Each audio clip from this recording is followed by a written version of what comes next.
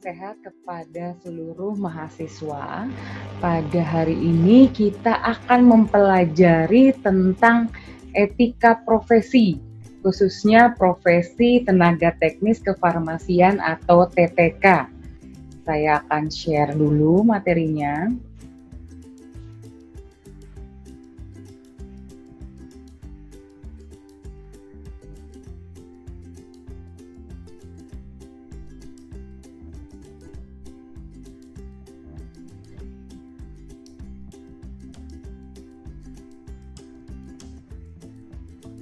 Ya, etika profesi khususnya profesi tenaga teknis kefarmasian. Outline pada hari ini, pendahuluan, pengertian profesionalisme, etika profesi, dan tentu saja kode etik. Profesi, apa arti dari profesi? Profesi adalah suatu jabatan atau pekerjaan yang menuntut keahlian atau keterampilan dari seseorang atau pelakunya. Jadi, profesi dapat dikatakan jabatan atau pekerjaan yang menuntut seseorang memiliki keahlian dan juga keterampilan. Arti dari kode etik. Kode etik sendiri adalah sistem norma, nilai, serta aturan profesionalis yang secara tertulis, secara tegas, menyatakan apa yang benar, serta baik dan juga apa yang tidak benar, serta tidak baik bagi seorang profesional, di mana perbuatannya bisa benar, bisa salah, kemudian apa yang harus dilakukan, apa yang harus dihindari. Itu pengertian dari kode etik. Terus tujuannya apa dari kode etik itu sendiri? Kode etik diterapkan agar seorang profesional dapat memberikan jasa sebaik-baiknya kepada pemakai jasa tersebut atau customer-nya. Dengan adanya kode etik ini, maka akan melindungi perbuatan yang tidak profesional. Ini pengertian dari profesi, kode etik, dan juga tujuan kode etik. Kemudian ada yang dikatakan profesionalisme.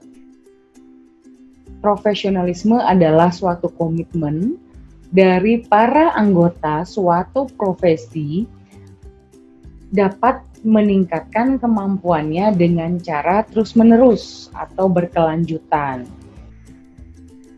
Arti yang lain, profesionalisme adalah sebutan yang mengacu ke suatu arah di mana sikap mental dari seorang profesional ini dilakukan dalam bentuk komitmen dari para anggotanya agar dapat mewujudkan dan meningkatkan kualitas profesionalismenya. Ya, jadi ada dua pengertian dari profesionalisme ini sendiri. Yang pertama adalah komitmen dari para anggotanya agar dapat meningkatkan kemampuannya secara berkelanjutan. Atau arti yang kedua adalah suatu sikap mental, tetap kembali lagi ke suatu komitmen dari seorang profesional itu sendiri agar dapat meningkatkan kualitasnya. Ini kedua pengertian dari profesionalisme. Kemudian ada yang disebut dengan etik. Etik atau etika berasal dari kata ethos dalam bahasa Yunani yang artinya karakter, watak, kesusilaan, atau adat istiadat dan kebiasaan seseorang atau suatu grup atau suatu kumpulan. Etika berkaitan dengan nilai-nilai, kemudian berkaitan juga dengan tata cara hidup yang baik, aturan hidup yang baik, serta segala kebiasaan yang dianut oleh seseorang atau grup atau masyarakat dan diwariskan secara turun-temurun dari generasi ke generasi selanjutnya. Jadi etika ini sangat erat sekali berkaitan dengan nilai-nilai, kemudian tata cara hidup yang baik, aturan hidup yang baik, serta segala kebiasaan yang diturunkan kepada generasi selanjutnya.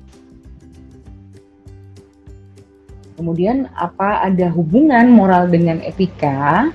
Tentu saja ada hubungan antara etika dan juga moralitas, di mana keduanya merupakan sistem nilai atau norma bagaimana manusia itu harus hidup baik, yang biasanya diturunkan dalam suatu adat kebiasaan atau adat istiadat, di mana perilaku yang dilakukan itu ajak dan berulang, berkelanjutan, sehingga moral merujuk kepada cara berpikir dan bagaimana masyarakat harus bertindak. Jadi hubungan etika dengan moralitas adalah sama-sama suatu sistem nilai atau norma.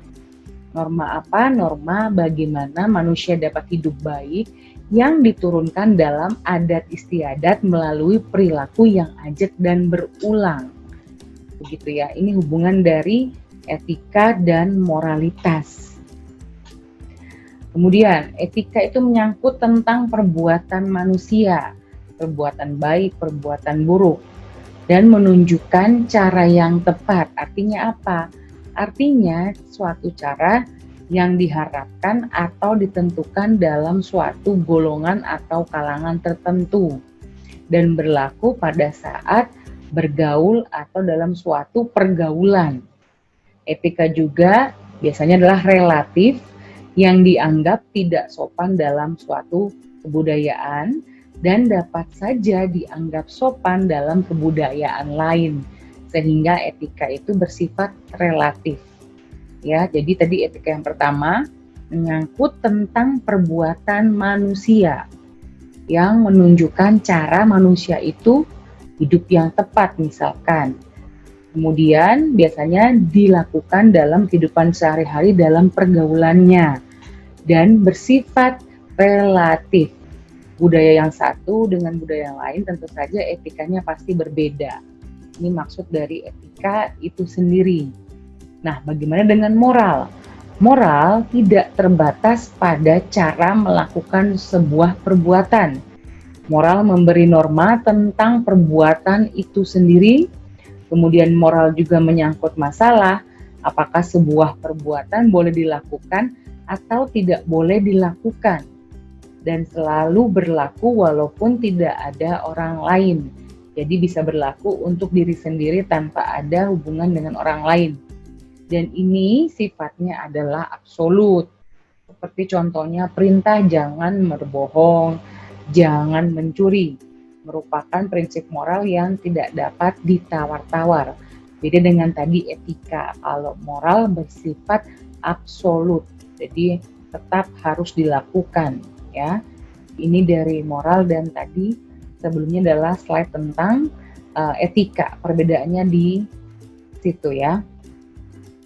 Kemudian, apa hubungan antara hukum dengan etika? Hubungannya ada karena sama-sama memiliki tujuan sosial yang sama, yaitu menghendaki agar manusia melakukan perbuatan yang baik dan benar, sehingga dia bersifat sinergis. Jadi sama-sama memiliki tujuan menghendaki seseorang melakukan perbuatan yang baik dan benar.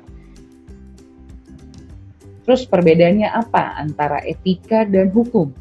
Yang pertama, etika hanya berlaku untuk lingkungan kelompok atau profesi, sedangkan hukum berlaku untuk seluruh masyarakat atau umum.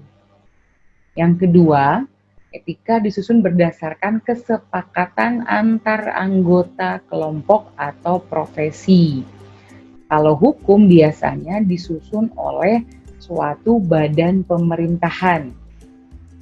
Perbedaan yang ketiga, etika tidak seluruhnya tertulis dalam pasal-pasal, sedangkan hukum biasanya penyelesaian pelanggarannya memerlukan bukti fisik. Perbedaan yang keempat, sanksi terhadap pelanggaran berupa tuntunan dan sanksi organisasi. Sedangkan hukum tercantum secara rinci di dalam kitab undang-undang dengan pasal-pasal termasuk sanksi terhadap pelanggaran. Perbedaan yang kelima, pelanggaran diselesaikan oleh majelis etika, misalkan MPEAD dan MPEA. Ya, ini secara di wilayah daerah dan juga di pusat. Kemudian hukum, perbedaannya sanksi terhadap pelanggaran berupa tuntutan baik perdata maupun pidana. Perbedaan yang keenam, penyelesaian pelanggaran seringkali tidak diperlukan atau tidak disertai dengan bukti fisik. Sedangkan hukum, pelanggaran diselesaikan secara administratif melalui pengadilan. Ini keenam perbedaan yang ada di antara etika dan juga hukum. Kemudian, apa arti norma atau suatu peraturan? Arti dari norma adalah suatu kaidah atau pedoman untuk melakukan sesuatu, di mana tujuan etika dan juga norma pertama mengajak orang bersikap kritis dan rasional dalam mengambil suatu keputusan secara otonom. Etika norma, ya, ini merupakan dari otonom etika norma. Tujuan yang kedua, mengarahkan perkembangan masyarakat menuju suasana yang harmonis, tertib, teratur, damai, dan juga sejahtera. Ini perbedaan atau terkaitan antara norma dan juga etika. Jadi tujuannya mengajak orang bersifat kritis dan rasional dalam mengambil suatu keputusan dan mengarahkan perkembangan masyarakat menuju suasana yang harmonis, tertib, teratur, damai, dan sejahtera. Terus hubungannya apa lagi? Ternyata norma ini diturunkan dari etika. Norma dibagi menjadi dua, ada norma khusus dan umum. Norma khusus adalah aturan yang berlaku dalam bidang atau kegiatan tertentu. Contohnya apa? Aturan olahraga, aturan kuliah, misalkan harus masuk pada jam 7 tepat, kemudian tidak boleh menggunakan pakaian yang minim dan sebagainya. Untuk norma umum adalah aturan yang bersifat umum dan universal. Contohnya norma sopan santun, norma hukum, dan juga norma moral. Kita akan lihat satu persatu. Nah, untuk norma sopan santun mengatur pola perilaku dan sikap lahiriah dari manusia. Jadi khusus untuk norma sopan santun biasanya dia lebih mengarah kepada pola perilaku dan sikap lahiriah manusia. Contohnya apa, Bu? Contohnya mengatur perilaku bergaul. Jadi kita bergaul dengan orang-orang yang membawa dampak positif kepada kita, bukan kita bergaul dengan teman-teman yang akan membawa kita atau menjerumuskan kita ke arah yang tidak baik. Yang kedua, cara kita bertamu. Mengucapkan salam dulu, kemudian duduk ketika dipersilahkan dan sebagainya. Kemudian norma minum, norma makan, norma berpakaian, dan lain sebagainya. Yang kedua adalah norma hukum. Norma yang biasanya dimodifikasi dalam bentuk aturan tertulis sebagai pegangan bagi suatu atau sekelompok masyarakat agar hidupnya jauh lebih baik dan sebagai pedoman untuk menjatuhkan hukuman bagi pelanggarannya. Ya, saya ulangi lagi. Jadi norma hukum merupakan suatu aturan yang harus dilakukan oleh sekelompok masyarakat. Dia tertulis dan dia akan dikenakan sanksi apabila melakukan pelanggaran. Misalkan contoh norma hukum Undang-Undang 45, kemudian peraturan pemerintah, ada TAP MPR, ada keputusan presiden, KUHP, dan lain sebagainya. Yang ketiga adalah norma moral. Norma ini bersumber dari hati nurani, kemudian menjadi tolak ukur yang dipakai oleh masyarakat dalam menentukan baik buruknya tindakan manusia sebagai anggota masyarakatnya atau sebagai orang dengan jabatan atau profesi tertentu, begitu ya. Norma sebagai atau peraturan sebagai seorang ketua RT, ketua RW, kepala kepala puskesmas mungkin dan lain sebagainya. Ini akan menjadi contoh bagi masyarakat atau anggota yang lainnya. Nah, Jadi seorang profesi, khususnya profesi tenaga teknis kefarmasian, dituntut memiliki ketekunan yang pertama, kemudian harus ulet, kemudian disiplin, dia memiliki komitmen dan irama kerja yang pasti, karena pekerjaan ini melibatkan secara langsung kepada pihak-pihak lain. Kalau untuk tenaga teknis kefarmasian, dia akan melibatkan pihak-pihak lain seperti dokter, perawat, kemudian analis kesehatan, dan khususnya kepada seluruh pekerjaan tenaga kesehatan yang sering sekali akan bersama-sama dengan tenaga teknis kefarmasian dalam melakukan profesionalitasnya. Nah, terus orang yang profesional harus memiliki apa saja? Yang pertama, seorang yang memiliki profesionalitas harus disiplin kerja yang tinggi, yang muncul dari dalam dirinya tentu saja. Dia harus kerja tidak atas dasar orang lain. Ketiga, integritasnya harus tinggi dan dalam. Keempat, dia dapat menjaga nama baik dirinya sendiri maupun profesinya. Yang kelima, dia harus memiliki komitmen moral. Yang terakhir, dia harus memiliki tuntutan, profesi, serta nilai dan cita-cita yang diperjuangkan oleh profesinya.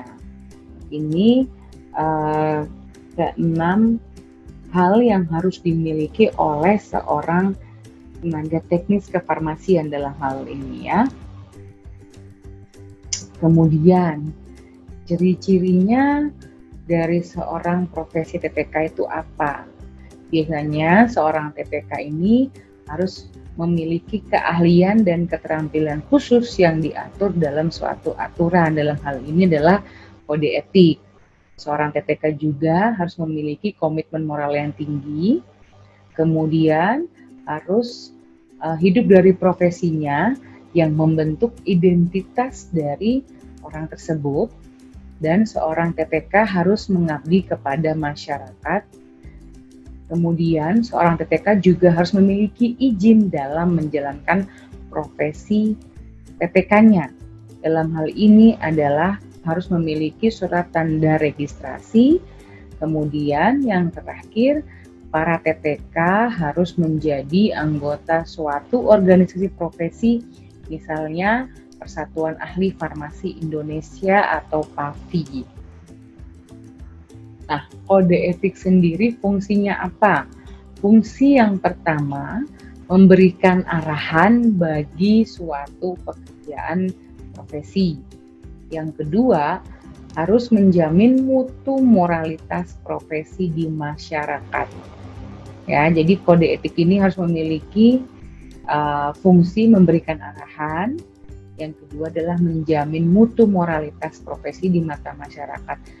Jangan sampai ketika kalian nanti bekerja, kalian tidak menerapkan kode-kode etik yang sudah kalian harus lakukan dalam kewajiban kalian sebagai seorang tenaga kefarmasian, sehingga nanti di mata masyarakat profesi tenaga teknis kefarmasian hanya dianggap sebelah mata akibat kalian tidak menerapkan kode etik dengan benar. Ya, kemudian tuntutan bagi anggota profesi itu apa? Khususnya di tenaga teknis kefarmasian. Jadi seorang TTK harus menjalankan profesinya secara bertanggung jawab dan tidak boleh melanggar hak-hak orang lain. Misalkan pasien A, dia beli obat 1 strip, terus haknya mendapatkan 1 strip ini. Tapi karena kalian melihat stok di dalam mungkin tinggal sedikit atau sudah tidak ada lagi dan belum membeli untuk stok pada hari ini maupun hari selanjutnya, kalian akhirnya hanya memberikan setengahnya saja dan membuatkan kopi resep misalkan seperti itu. Padahal harusnya kalian tidak tidak mengurangi hak pasien itu untuk mendapatkan resep. Ya, begitu. Itu contoh dari keharusan untuk tidak melanggar hak-hak dari orang lain, dalam hal ini adalah pasien. Kemudian kode etik harus disosialisasikan. Kenapa harus begitu, Bu? karena sebagai sarana kontrol sosial. Yang kedua, mencegah campur tangan yang dilakukan oleh pihak luar yang bukan kalangan profesi. Yang ketiga, mengembangkan petunjuk baku dari kehendak manusia yang lebih tinggi berdasarkan moral. Jadi sosialisasi kode etik dilakukan agar sebagai sarana kontrol sosial, mencegah campur tangan dari orang lain, dan mengembangkan petunjuk baku dari kehendak manusia yang lebih tinggi berdasarkan moral. Itu dari sosialisasi untuk penerapan kode etik dalam kehidupan tenaga teknis kefarmasian di lingkungan kerjanya. Kemudian tujuan kode etik apa? Yang pertama, kode etik harus melindungi anggota organisasi.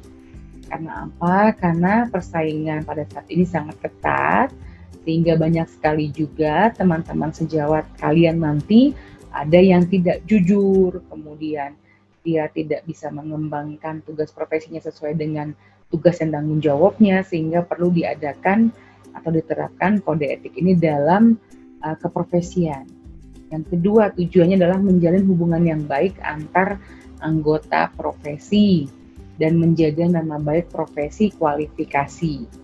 Yang ketiga, tujuannya adalah merangsang pengembangan profesi pendidikan yang memadai. Yang keempat, mencerminkan hubungan antara pekerjaan profesi dengan pelayanan masyarakat dan kesejahteraan sosial. Yang kelima, mengurangi kesalahpahaman dan konflik baik dari anggota maupun masyarakat umum. Yang terakhir, membentuk ikatan kuat antar anggota dan melindungi profesi dari pemberlakuan norma hukum yang bersifat imperatif sebelum disesuaikan dengan saluran norma moral profesi itu sendiri. Ini keenam tujuan kode etik yang harus dilakukan dan diterapkan oleh para profesi TPK khususnya, agar tujuan-tujuan ini dapat melindungi secara umum tenaga teknis kefarmasian itu sendiri. Terus, ini contoh-contoh dari kode etik tenaga teknis kefarmasian. Yang pertama, seorang TPK wajib mengikuti atau melaksanakan kewajibannya terhadap profesinya. Kemudian yang kedua, kewajiban TPK terhadap teman sejawatnya untuk saling melindungi juga, untuk saling membantu, dan lain sebagainya. Yang ketiga, kewajiban terhadap pasien atau pemakai jasa. Jadi kewajibannya TPK terhadap pasien apa? Untuk melayani, untuk membantu memberikan informasi misalkan. Kemudian yang keempat, kewajiban terhadap masyarakat. Yang terakhir, kewajiban TPK terhadap profesi kesehatan lainnya untuk saling bersinergi dalam melakukan pelayanan kefarmasian khususnya di lingkungan masyarakat. Sehingga apabila kelima kewajiban kode etik ini dilakukan, niscaya tenaga teknis kefarmasian di mata masyarakat juga akan tidak dianggap sebelah mata, dan akan dianggap merupakan salah satu profesi tenaga kesehatan yang dapat diandalkan oleh masyarakat, khususnya dalam bidang obat-obatan selain tenaga profesi apoteker.